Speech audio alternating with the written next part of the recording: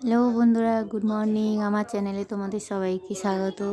আমি সকালবেলায় ঘুম থেকে উঠে বাজারের ব্যাগ হাতে নিয়ে বাজারে চলে গেলাম। একদম টাটকা ফ্রেশ সবজি বাজার করে নিয়ে চলে আসলাম। এখন তো শীতকাল, এখন সবজি খাবো না, কখন সবজি খাবো বলো? তো দেখো আমি কী বাজার করলাম। অ্যাকচুয়ালি কী বলো তো, আমি নতুন সংসারে প্রবেশ করেছি, তাই নতুন বাজার করা শিখছি। তো ঠিকঠাক বাজার করলাম কি একবার দেখে তোমরা কমেন্ট করে বলো তো।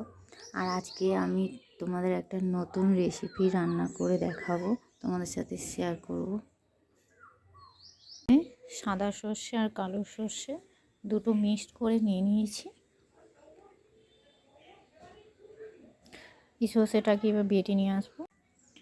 সর্ষে বেটে নিয়ে আসলাম, সিলে বেটেছি, আমার তো মিক্সি নেই। আর এখানে দুটো পেঁয়াজ কেটেছি, গ্রেট করব। আদা রসুন টমেটো কেটে নিয়েছি, বেগুন কেটেছি, ভাজা করব। বেগুন ভাজতে দিয়ে এখানে আমি পেঁয়াজ আদা রসুন গ্রেট করে নিলাম। তো বাটা মাছগুলো এখানে আমি ফার্স্ট ভেজে নিই। আজকে আমি বাটা সর্ষে বানাচ্ছি, তো আমার কাছে খুব টেস্টি একটা ডিশ। এটা ভেজে নেওয়ার পর আমি 5 ফোড়ন আর শুকনো লঙ্কা ফোড়ন দিচ্ছি। শুকনো লঙ্কার 5 ফোড়ন ভাজা হয়ে যাওয়ার পর আমি পেঁয়াজ গ্রেট করা সেটা দিয়ে দিলাম। পেঁয়াজটা লাল লাল ভাজা হয়ে যাওয়ার পর আমি গ্রেট করা রসুনটা দিয়ে দিলাম, আদাটা দিয়ে দিলাম, দেন টমেটো দিয়ে দিলাম। পরে একটু হলুদ, জিরে গুঁড়ো, ধনে গুঁড়ো আর একটু শুকনো লঙ্কা দিয়ে দিলাম। মশলাটা ভালোভাবে কষা হয়ে গেলে তারপর আমি জল ঢেলে দেবো। জল দেওয়ার পর এর উপরে আমি মাছগুলো ছেড়ে দিলাম।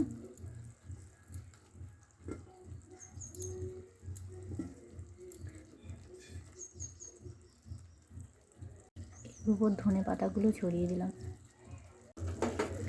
নামানোর 2 থেকে 1 মিনিট আগে আমি সর্ষেটাকে দিয়ে দেব।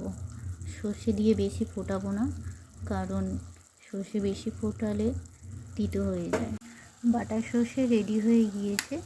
লাস্টে একটু সর্ষের তেল ঢেলে দেবো আমি, দিয়ে নামিয়ে নেব।